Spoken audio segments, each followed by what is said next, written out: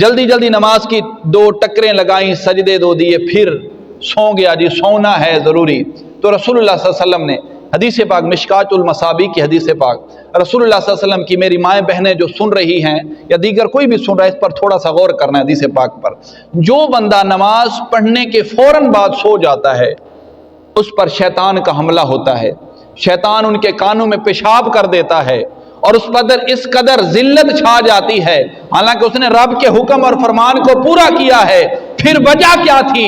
اللہ کے نبی علیہ السلام نے فرمایا کہ یہ ایسا بابرکت وقت ہوتا ہے، ایک ایسا اللہ کی طرف سے رحمتیں برسنے کا وقت ہوتا ہے کہ جو بندہ بھی نماز کی مشغولیت کے بعد، نماز ادا کر دینے کے بعد اگر اللہ کے حضور ہاتھ اٹھا کر یا بیٹھے بیٹھے یا چلتے چلتے اس وقت میں اللہ سے جو دعا بھی مانگتا ہے، رب تعالیٰ اس کی دعا قبول فرماتا ہے۔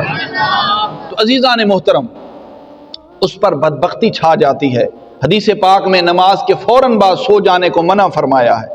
آج ہماری روٹین بن گئی ہے، پہلے تو پڑھنی نہیں ہے۔